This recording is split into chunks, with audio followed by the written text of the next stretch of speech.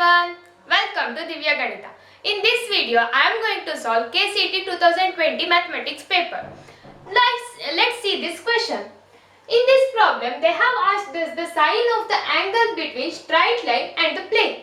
We know the formula for angle between line and plane, right? That is sin phi is equal to modulus of b dot n divided by modulus of b into modulus of n. Right? What is b? B is the parallel vector of the straight line. That is, we'll get 3, here observe here we have 3 minus y. We should have y minus 3, right? So let's multiply this with minus 1. Then we will get y minus 3 divided by 4. So the parallel vectors will be 3, 4, 5, right? And n is the normal vector of the plane. That is the coefficients of x, y, z. That means we will get 2, minus 2, 1. So what is b dot n? That is 3 into 2, 6 plus 4 into 2 minus 8 plus 5 into 1, 5 divided by modulus of b, that is square root of 3 square, that is 9 plus 4 square 16 plus 5 square 25 into modulus of n means square root of 2 square 4 plus minus 2 square 4 plus 1 square 1. After simplification it will be 3, right? 11 minus 8, 3 divided by, this is root 50 into, this is root 9. Root 9 is nothing but 3. So 3 get cancelled, that means we will get 1 by root 50. Root 50 can be written as 5 root 2. Right? Do we have any option matching this answer? No. Let's try multiplying with root 2. Then we will get root 2 by, root into root 2 is 2. 2 into 5 means 10. That is root 2 by 10. So the correct answer is option C. Right? In this problem, they have given a line is making the angle of pi by 3 with each x and y axis. And we have to find the acute angle made by the z axis. How to solve this? We have the relation for a line which is making angle with x, y and z axis, right? That is cos square alpha plus cos square beta plus cos square gamma is equal to 1. Alpha, beta, gamma are the angle made by the line with x, y and z axis. Here alpha is nothing but pi by 3, so we will get cos square of pi by 3 plus the same thing, right? So we can write 2 into cos square of pi by 3 plus cos square gamma is equal to 1. What is cos pi by 3? That is 1 by 2. Cos 60 is 1 by 2. So it will be 2 into 1 by 2 whole square, that means 1 by 4 plus cos square gamma is equal to 1. So cos square gamma will be 1 minus, here this is 1 by 2, right? 1 minus 1 by 2 means 1 by 2. We have cos square gamma is equal to 1 by 2. So cos gamma will be 1 by root 2. Then what is the value of gamma? We know that cos 45 is 1 by root 2. So the value of gamma is pi by 4. The correct answer is option D. Right? Now let's move on to the next problem. In this problem, we have to find the distance of the point from the line. We know the formula for that, right? That is D is equal to magnitude of A minus alpha cross B divided by magnitude of B. Right? Here A is alpha means the point given, that is 1, 2, minus 4, and A means the position vector, that is 3, 3 and minus 5. B is nothing but the parallel vector, that means 2, 3 and 6, right? Let's substitute the values. Here we have to find the cross product, that means we have to find the determinant of I cap, j cap, k cap, and the second row will be A minus alpha. A minus alpha means 3 minus 1, 2, 3 minus 2, 1, and 5 minus 5 minus 4, that means minus 1. And the third row will be vector B, that is 2, 3 and 6, right? We have magnitude of this divided by magnitude of B. Magnitude of B means square root of 2 square 4 plus 3 square 9 plus 6 square 36, right? Let's simplify this. That is magnitude of I cap into 6 minus into minus plus 3 plus j cap into 12 minus into minus plus 2 plus k cap into 6 minus 2 divided by, this is square root of 49, right? Square root of 49 means 7. In the denominator we have 7. In two options we have denominator as 7, right?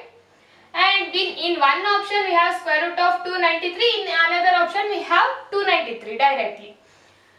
Observe here. Here we will get square root of this square, that means 9 square plus 14 square plus 4 square. Square root of this number. This number may be 293. We need not solve that because we have only two options in which one is a square root and another one doesn't have square root. So directly we can say that option A is the correct answer, right? Let's move on to the next problem. In this problem, they have given the feasible region of the LPP. This is the feasible region. And also given that z is equal to 11x plus 7y. Then we have to find the maximum value of z occurs at which point? Observe here. Here we have 3, 3 and 3, 2. Obviously 3, 3 will have greater value, right, than 3, 2. Because here we are multiplying 7 with 3 and here we are multiplying 7 with 2. That means we will obviously have the greater value. And observe between these two options. Here we are multiplying 5 with 11 and here we are multiplying 5 with 7. So obviously this will have lesser value. We can directly remove these two options. Let's find the value of these two options. That means 3, 3. When we apply 3, 3, then it will be 33 plus 21. That is nothing but 54. When we apply 5, 0, then the z value will be 55. Which is the greater one? 55, right? So the correct answer is option B. Now let's move on to the next problem. Observe this problem. This problem looks very lengthy, right? Let's understand the problem. Here they have given that the points of the feasible region determined by the system of linear constraints are 3 points are given. And z is equal to px plus qy, where p and q are greater than 0. We have to find the condition on p and q such that z has the minimum value at 3, 0 and 1, 1. These all things are actually unnecessary. They have just given us the information. Only this part and this part are very important for us.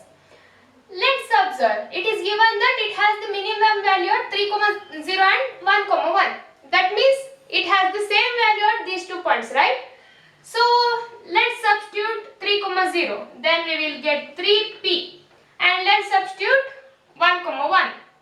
Then we will get p plus q, right?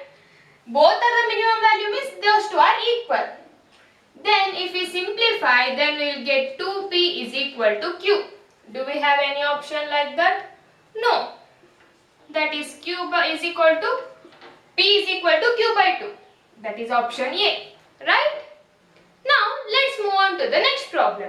In this problem, they have given that A and B are two events such that P of A is equal to 1 by 3, P of B is equal to 1 by 2 and P of A intersection B is 1 by 6. Then we have to find P of A complement given B. We know the formula, right? P of A complement given B is nothing but 1 minus P of A given B. P of A, what is P of A given B? That is P of A intersection B divided by P of B. We have both the values, right? Let's substitute. That is P of A intersection B is 1 by 6 divided by P of B is 1 by 2. So this will be 1 minus 1 by 3, right? So the answer is 2 by 3. That is option D, right? Now let's move on to the next problem. In this problem, they have given that a die is thrown 10 times. We have to find the probability that odd number comes up at least one time. To solve this problem, we have to find P of x greater than or equal to 1. That is, now x is the event of getting the odd number. This can be done by 1 minus probability of x less than 1, right? X less than 1 means that must be equal to 0. We have only one number which is less than 1. Let's find this. That is 1 minus P of x is equal to 0 means 10c 0. The probability of getting odd number is, we have 3 odd numbers and 3 even numbers in a die. So the probability is 3 by 6, that is nothing but 1 by 2, right? 1 by 2 whole power 10 minus 0 is 10 and 1 by 2 power 0. So it will be 1 minus 10c 0 is 1, 1 by 2 power 10 means 1 by 1024, right? So it is 1023 divided by 1024. That is option A, right? Now let's move on to the next problem. In this problem, they have given the probability of solving a problem by A, B and C independently is 1 by 2, 1 by 4 and 1 by 3. We have to find the probability that problem is solved by any two of them. Any two of them means one will not solve, right? That means we have to find the probability of A solves it and B solves it and C doesn't solve. That means C complement. Plus another case is there, that is B and C solves, A doesn't solve, right? That is probability of A complement, probability of B into probability of C. Plus, and another case is B will not solve, A and C will solve. That is A into probability of B complement, probability of C. Let's substitute the values. Probability of A is 1 by 2 and probability of B is 1 by 4 and probability of C complement means 1 minus 1 by 3, that is 2 by 3, plus probability of A complement means 1 minus 1 by 2, that is 1 by 2, probability of B is 1 by 4, probability of C is 1 by 3, plus probability of A is 1 by 2, B complement means 1 minus 1 by 4, that is 3 by 4 into 1 by 3. That means the denominator is 24 and the numerator is 2 plus 1 plus 3. That is nothing but 6 by 24, right? So 1 by 4. The correct answer is option A. Now let's move on to the next problem. In this problem they have given events E1 and E2 forms a partition of sample space S and A is any event with the condition given probability of E1 and probability E2 is equal to 1 by 2, probability of E2 given A is equal to 1 by 2, probability of A given E2 is 2 by 3. Then we have to find probability of E1 given A. We know the formula for probability of E1 given A, right? But for that we want probability of A given E1. We don't have that. So we have to find first the probability of A given E1. For that we have probability of E2 given A also, probability of A given E2 also. So from that we can find probability of A given E1, right? Let's find that. Probability of E2 given A is, from the base theorem we have probability of E2 given A as probability of E2 into probability of A given E2 divided by probability of E1 into probability of A given E1 plus probability of E2 into probability of A given E2. Right? Let's substitute the values. E2 given A means 1 by 2 and probability of E2 is 1 by 2 and probability of A given E2 is 2 by 3 divided by probability of E1 is 1 by 2 and A given E1 we have to find that. let it be as it is, plus probability of E2 is 1 by 2 into probability of A given E2 is 2 by 3. Let's simplify this. 2 to get cancelled. We can take this to this side and 2 can be taken to that side. Then we will get probability of A given E1 half into plus 1 by 3 is equal to 2 is multiplied that side, that means we will get 2 by 3. When we take 1 by 3 to that side, it will be 2 by 3 minus 1 by 3, that is 1 by 3. And if we multiply 1 by 2 to that side, we will get 2 by 3, right? So probability of A given E1 is 2 by 3. We also had probability of A given E2 as 2 by 3. That means we have to find probability of E1 given A. We have to substitute all the same values. That means we will have here we had probability of A given E2 as 2 by 3 and now we have probability of A given E1 is also equal to 2 by 3. So we don't need to solve again, right? Directly probability of E2 given A will be equal to probability of E1 given A. That means 1 by 2. So the correct answer is option D. Right? Now let's move on to the next problem. In this problem, we have to find the value of sine square 51 degree plus sine square 39 degree. How to solve this? Observe here, 51 plus 39 is equal to 90 degree, right?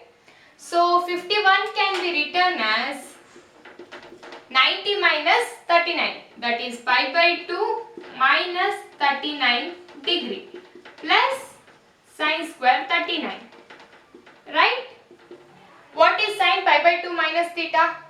That is cos theta, right? So it will be cos square 39 degree plus sine square 39 degree.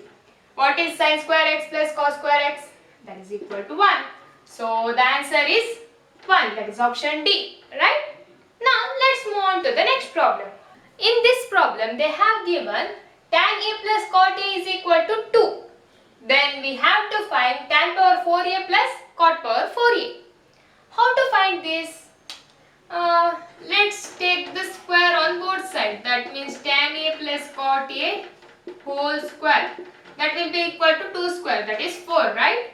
This will be tan square A plus cot square A plus 2AB. That means 2 into tan A into cot A. What is tan A into cot A? That is 1, right? So it is simply 2. That will be equal to 4. If we take 2 to that side, 4 minus 2, that is equal to 2. Here we got tan square A plus cot square A is equal to 2. If we square it again, then obviously we will get tan power 4A plus cot power 4A is equal to 2 only, right? So the correct answer is option D. Now let's move on to the next problem. In this problem, they have given a set which has numbers from 1 to 6. Then we have to find the number of subsets which contain at least 2 elements. That means each set should have greater than 2 elements, right? We know that number of subsets in a set is, if n of A is equal to n, then number of subsets means number of elements in the power set, because power set is a set of all subsets. That means number of elements in the power set of A is, we know that is 2 power n. Here we have 6 elements, so it is 2 power 6, that is nothing but 64. But we want the subset which has at least 2 elements. That means we have to subtract the subsets which has less than 2 elements, right? Less than 2 elements means there will be 2 possibilities. That means which will have only one element, or it will not have the elements only. That will not have elements means that is null set.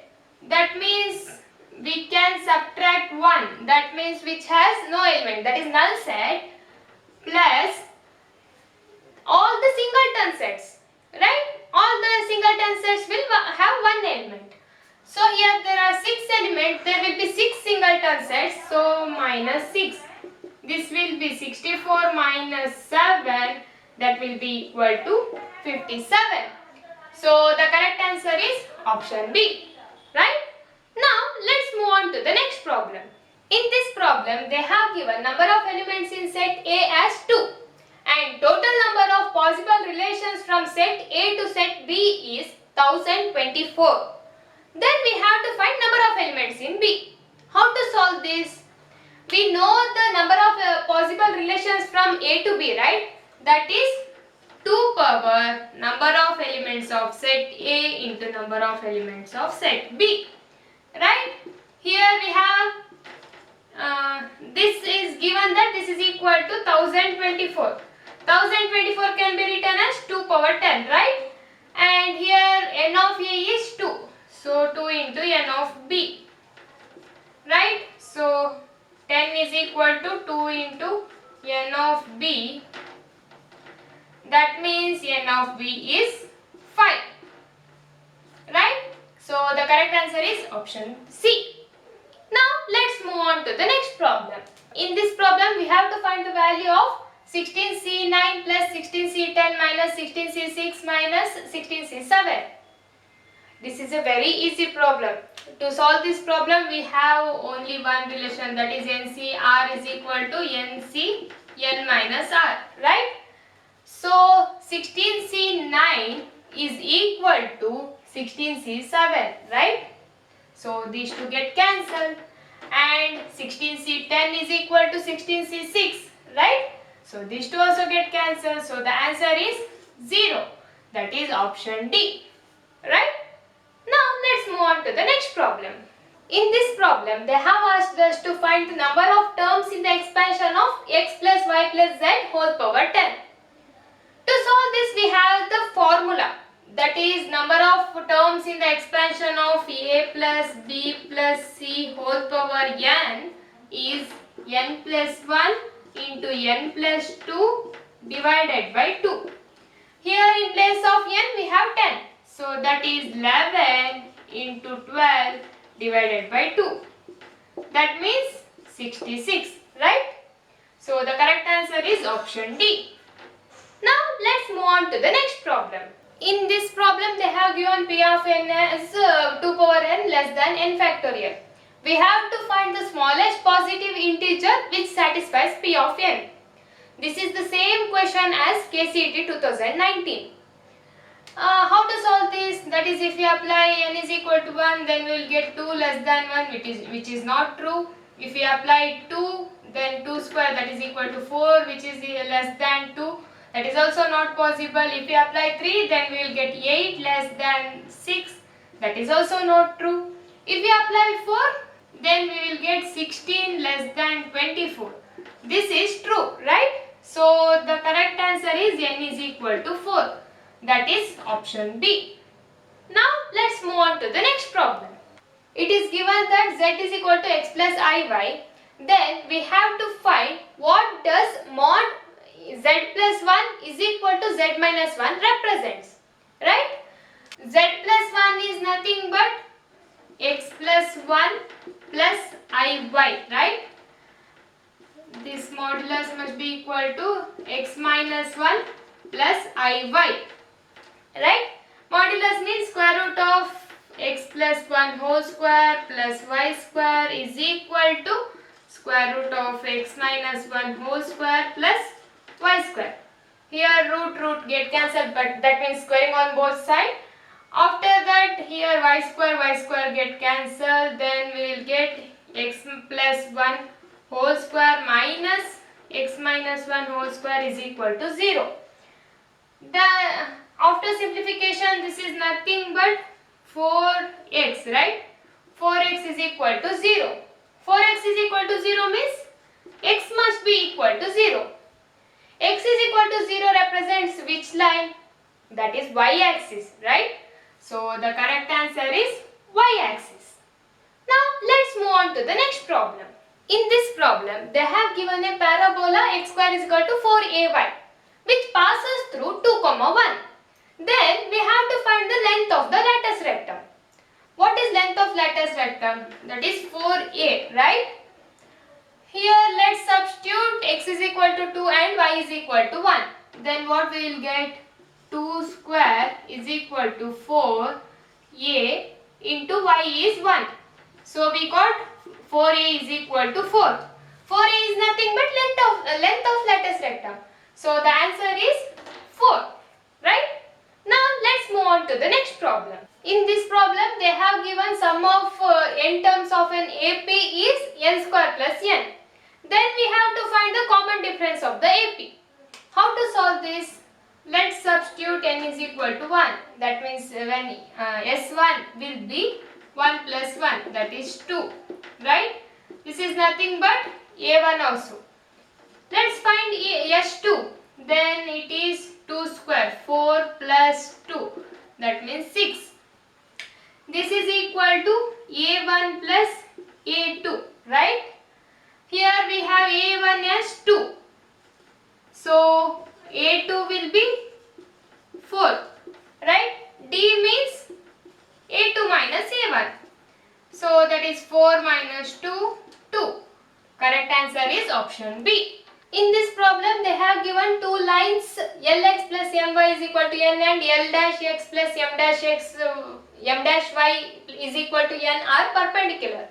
The condition for perpendicular is, we know that L dash plus M dash is equal to 0, right? So the answer is option C, option D. Now we are done with all 20 problems of this video. If you find this video useful, then please do like, share and subscribe to my channel. And also if you have any suggestions or doubts, please let me know in the comment section. Thank you.